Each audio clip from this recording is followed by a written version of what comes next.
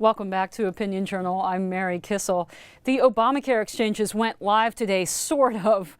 A lot of Americans across the country are seeing error messages as, well, these computer systems are absolutely overloaded. Please wait. You're seeing that now on this screen. Is this the beginning of ObamaCare's implosion?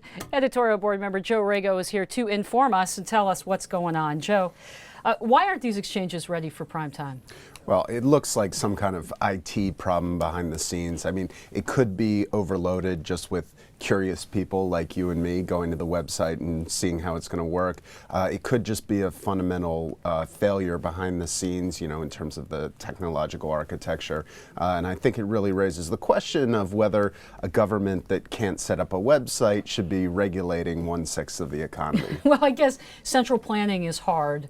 We had a great op-ed in this morning's paper talking about these problems and implying that CMS and other government agencies didn't even start to have a backup plan until a couple of months ago. Joe, who's watching over these people?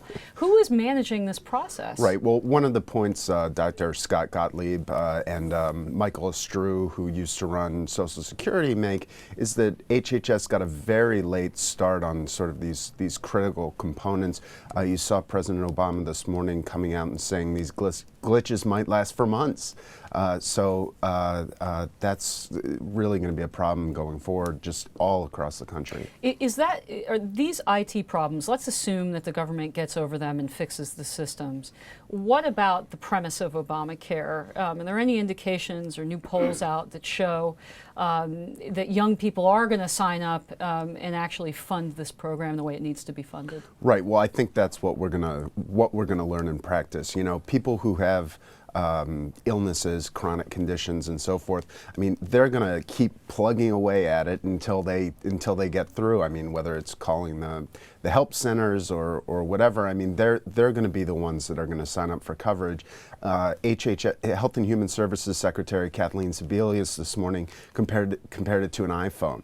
It said you don't use an iPhone if it's got some glitches. We fix it over time. So why not delay it, Joe? Well, why? We should delay it. They don't want to do that. I mean, it's just raw politics on that front. I think if you talk to the people on the front lines who are actually building these exchanges and laying them out, they'd love to have an extra year, but that's not a political reality. Not political reality. Editorial board member Joe Rago, thank you so much for being on the show.